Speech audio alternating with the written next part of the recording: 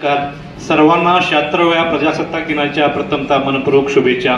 आजचा जो प्रसंग आहे एका वृद्धाश्रमचं उद्घाटन, पण खरं सांगायचं म्हणजे तर हा आनंदाचा क्षण नाही आहे। हा खरं म्हणजे एक आपला जो समाज आहे तो कुणीकडे तर वेगळ्या दिशेने चालला आहे। समाजाचं पतन होत आहे।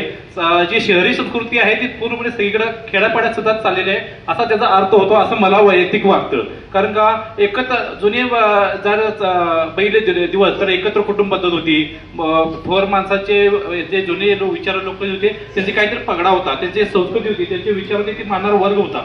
पण आता असं चाललंय की मी म्हणे हम कर्ज कायदा म्हणजे प्रत्येक कुटुंबाला काय पाहिजे, स्वातंत्र्य हवं आहे। पण आई वडील ज्यांनी आपल्याला जन्म दिलं, ज्यांना हे विश्व दाखवलं, त्यांना जर तुम्हाला त्याच्या जर शेवटच्या काळात जी त्यांची आयुष्याची संध्याकाळ म्हणतो आपण त्या ह्याच्यात जर तुम्हाला जर त्याचा सहवास नको असेल तर ह्याच्यासारखं दुर्दैवी काही नाही।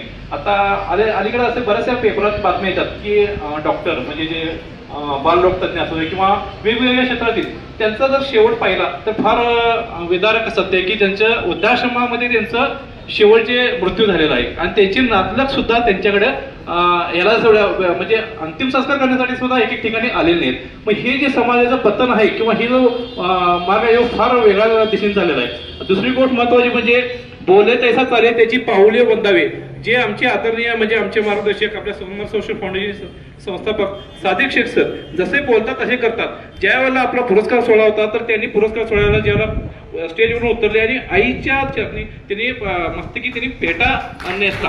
ही जी शिकवण आहे ना ही फार मोठी शिकवण आहे। ही कोण करत नाही, नुसतं बोलतात असं करे तसं करे पण तसं नाही। पण आम्हाला ही सादिक सरांच्याकडून शिकवण मिळालेली आहे की जसं बोले तसं चालेल त्याची पावले होतावी। मी तर असे म्हणेन की सादिक सरांनी महाराष्ट्रातील भविष्यात सुद्धा 50% घरं फुटत असतील तर ती थांबतील का, तर आमची शिकवण सादिक सरांची अशी आहे की प्रत्येकाच्या कुटुंबामध्ये कसं वातावरण असलं पाहिजे, भावाभावामध्ये रिलेशन कसलं असलं पाहिजे, आपल्या कुटुंबामध्ये कसं वातावरण ठेवून आपण कसं पुढे मार्गापर्यंत केलं पाहिजे। ही जी शिकवण आहे ही फार मोठी आहे। ही तुम्हाला कुठे मिळणार नाही, पैसा तुम्हाला मिळेल, बायोडेटा मिळेल, पण ही विचार आहेत हे तुम्हाला कुठेही मिळणार नाही, फक्त समर सोशल फाउंडेशनच्या इथंच मिळतील। दुसरी गोष्ट महत्वाची म्हणजे सागर देसाई सर आता व्यसनमुक्तीमध्ये जी व्यसनी असतात ती हर एक प्रकारची नमुने जी असतात त्या सर्वांना सांभाळत आता वृद्धाश्रमचा पण भार त्यांनी स्वीकारलेला आहे।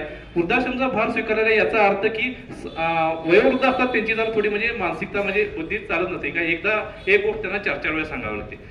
एक व्यसनी व्यक्ती सांभाळत असा तो त्याचा म्हणजे अल्कोहोलिक विड्रॉल मध्ये असतो, त्यांची तारा वेगळी, इकडे आलं तर हे सुद्धा तिने जबाबदारी मोठ्या ह्याने मनाने स्वीकारलेले आहे।